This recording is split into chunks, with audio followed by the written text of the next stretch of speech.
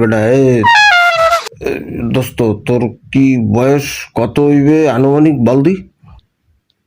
আমার কত বয়স, কত 35 হবে। তাই তোর কত বয়স হবে বলদিনি? মোর আর কত হইবে, মোর বয়স কি বাড়তে দিছি বেটা?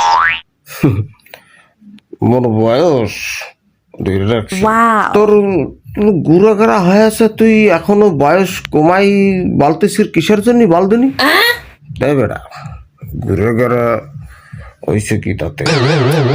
শালা তুই তো মানুষ ভালা না। আমি এখনো চাকরির ট্রাই করতে আছি বেটা, বোঝো? তুই তো বয়স নিয়ে ফাইজলামি করতেছিস, বুঝেছিস? বয়স ধরে রাখতে হবে। তুই তো আমার বন্ধু হয়ে বয়স, তুই বয়স কমাচ্ছিস কেন শালা? তোকে না বলছি তুই তুই বয়স নিয়ে ফাইজলামি করবি না।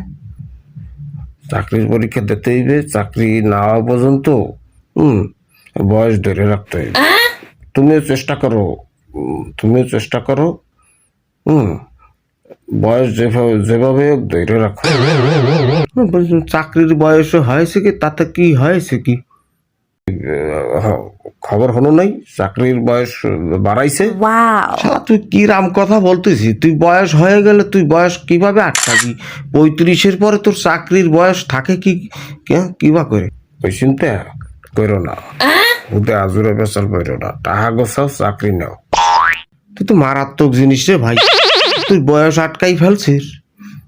শালা তুই কিরাম করে পারিস? তুই বয়স আটকাই রাখিস কিভাবে?